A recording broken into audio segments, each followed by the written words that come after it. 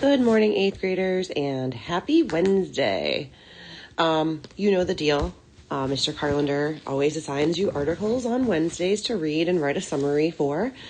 I am going to read the article and help you pick out some important points for your summary. When you get it done, and that will be your assignment for the day. It would also be a good idea, though, to work on your human impact project if you have time. All right, so the topic of the article today has to do with rainforests and deforestation. Deforestation basically just means removing the forest, like deforest. That D at the beginning means taking it away, undoing. And we're going to see why. So we will start. As usual, read the following article and write a summary in your own words, focusing on the main ideas of the article. You must use complete sentences.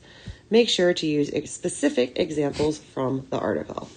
All right, pay attention to the directions. Starting here. West Africa's rainforests have become victims of chocolate industry. The world's love of chocolate is destroying rainforests in West Africa. Chocolate is made from cocoa beans, which must be harvested, processed, and roasted. As much as 40% of the world's cocoa comes from the Ivory Coast. The Ivory Coast is part of West Africa. Cocoa traders who sell to Mars, Nestle, and other big chocolate companies have been purchasing beans grown in protected areas in the Ivory Coast. Doing so is illegal, but traders are rarely punished for it. In fact, reporters found instances where enforcement officials were paid to turn a blind eye to these infractions. So these big companies like Mars and Nestle, we've heard of them before. They make candy, they make soda, they make water. Not make water, you know what I mean. They make so much money that they can pay off people so they can break the law. The traders are not punished. Enforcement officials were paid to turn a blind eye. That means they were paid to ignore that the laws were being broken. Dirty cocoa in the mix. The rainforest in Ivory Coast has declined by more than 80% since 1960. This is a very important statistic. Illegal product is mixed with clean beans in the supply chain, meaning Snickers bars and other popular chocolate could be tainted with, quote, dirty cocoa. Snickers are made by the company Mars, as are the other popular treats like Milky Way bars, M&M's, Three Musketeers, and Twix. Mars, Nestle, and other top companies did not deny that illegal deforestation cocoa had entered their supply chains. They said that they were working hard to eliminate it from their products. A supply chain is made up of the materials and processes used to produce and distribute a product like chocolate bars to consume. Cocoa beans, the workers who harvest and roast the beans, the trucks that transport the beans, and the factories where the chocolate bars are made are a few parts of the chocolate company's supply chain. That might be something you want to talk about in your summary. So basically, a supply chain is pretty interesting. It's how a product gets from its basic components, the parts that make it up, to actually being the product. So like in a Snickers bar, they got to get chocolate, they got to get peanuts, they got to get caramel. Those things might all come from different places.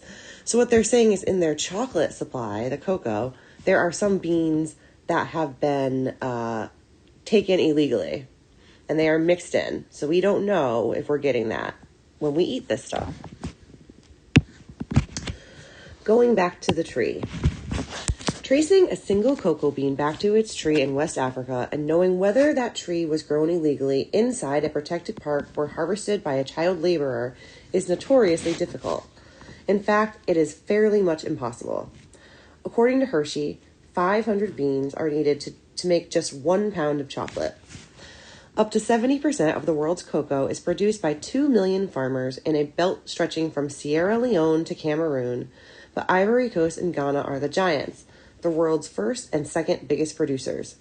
They are also the biggest victims of deforestation. Ivory Coast is losing its forests at a faster rate than any other African country. Less than 4% of the country is covered in rainforest. Once, 25% of it was covered. So we only have 4% of our world that's rainforest now, but it used to be 25%. That's a loss of 21%. And like if you compared these two, like if we say this was 100, pretend this is 100, that means there's only 16 left. So like 16 out of 100 acres remain. So that means 84 are gone. That's a really bad statistic. The rainforest helps the earth breathe. We need it. And there's a lot of things in it, plants and trees that make medicines that help people. To destroy the whole rainforest would do the entire world a disservice. Right here. Mighty Earth makes dire prediction. People want their chocolate and demand for it keeps growing. If nothing is done, however, there will be no forest left by 2030. Oh my gosh, that's important. According to the environmental group Mighty Earth. Most of the farmers, though, are too poor to afford an occasional Snickers bar. Evidence of deforestation is easy to find. Inside the Mount Tia Protected Forest, Salam Sawadugo, might have hacked that name, a farmer, is hacking a yellow cocoa pod off one of his plants in a 10-acre plot. Here, the gray stumps of enormous ancient trees are all that is left. I burned it little by little, he says, explaining that his cocoa needed full sun to grow. Farmers generally believe recently deforested soil produces the biggest beans, so they remove the trees one by one, planting more cocoa as they go. Rampant deforestation. In recent years, the annual rate of deforestation inside parks has doubled. In both Ivory Coast and Ghana, it's happening twice as fast outside of protected areas. Scientists say farmers will miss the trees they cut and burned down. Their shade would have protected their cocoa plants from increasingly parched, dry seasons driven by cutting down trees. Barry Parkin, Chief Sustainability Officer at Mars, said his company is committed to finding ways to end deforestation and forest degradation. He believes Mars needs to unite with other chocolate companies to make this reality.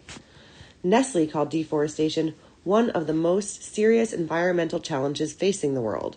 In 2010, it pledged that none of its product would be associated with deforestation and added that it supported international moves to secure zero net deforestation by 2020. Hershey said it was committed to using 100% certified, sustainably sourced cocoa by 2020. We take concerns about deforestation and forest degradation very seriously, said spokesman Jeff Beckham. So they made this commitment that they're not going to use these beans by last year. I do not know, but I would love to do research and see if they were successful in their endeavor on that. So this section is basically saying that these big companies are coming together to commit to not using the unethical beans. They want to make a commitment to only using the products that were legally sourced. And it's going to take the big companies to do that because they have all the money. And, you know, that's really important in the economy. Laws are not being enforced. Barry Celibat, a cocoa trading company, believes boundaries of the national parks and classified forests need to be redrawn to their original size. Then, the government must enforce laws that protect the land within these boundaries. Many companies in the cocoa industry pledged to end deforestation and forest degradation in a June statement. However, the real test will be when they propose specific solutions at the United Nations Convention on Climate Change in November. I'm not exactly sure what year this article was written in, and it doesn't say it right here. Maybe we can find out after. Many farmers have been growing illegal cocoa inside the protected areas for decades. Where can they send these farmers, and how will they find another way to make a living? Because remember, if you're a farmer your whole life in Africa, that's probably all you know how to do. The companies did not say they would commit to 100% shade-grown cocoa, meaning cocoa that is grown below the existing trees instead of in a deforested areas. Furthermore, none of the companies said that they would support a moratorium or stop on cocoa from deforested areas. A similar kind of policy for soybeans slowed deforestation in the Amazon. Companies alone can't solve this, and the government alone can't solve this. Richard Scobie of the World Cocoa Foundation says. Government commitment is important for protecting national forests. The situation inside Ivory Coast's 231 classified forests is even worse than in parks, and this has partly to do with the different authorities that run them. The government-funded agency Protected Forest is called SODEFOR, and the State Park Authority is the OIPR, Office Ivoirien des Parcs des Réserves. It's a French thing. Neither is doing its job. In the Marahoué Park, reporters found repeated instances of bribery by the officials. So basically, like, the companies won't fully commit. They say they want to use the correct beans, but if they can't get them, they're not going to refuse the illegal beans.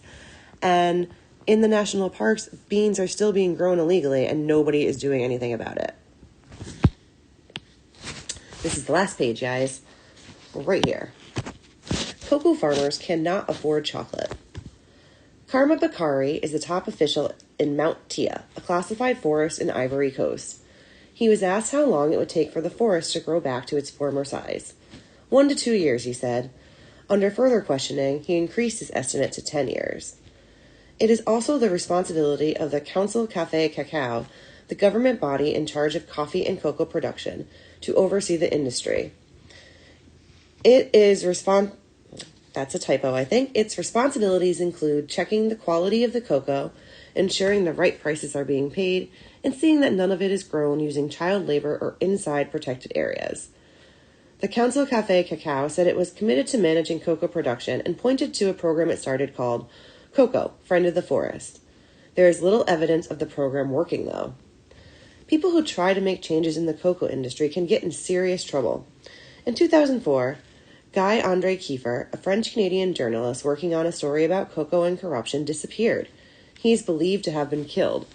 So, this guy, his name is Guy too, was trying to write an article to reveal what was happening. And it is believed he was killed for doing that. That goes to show how big the government is into this and how important making that money is. If we're killing people for it, money really is important and evil. In Mount Sisandra, farmers run away from visitors, aware that their business is illegal. Yet, these farmers are not the only ones earning the vast profits from chocolate. Many live in poverty, often exploited and underpaid for their crop. Most cannot even afford the basic luxury their crop will become. It's white people who eat chocolate, not us, one said. So even though they do this work and obtain these illegal beans, they don't actually then eat the chocolate. It's something that is more Americanized, perhaps more first world. If it takes so much of an effort to get the beans, chocolate is probably considered expensive to most of the world, even though we, get lots of cheap versions of it here in America. Okay, so that is the article. Make sure you get down some of those important points in a summary for Mr. Carlander, useful sentences, and if you have any questions, tag me or Mrs. Bacon, and we will be glad to help you. All right, talk to you later.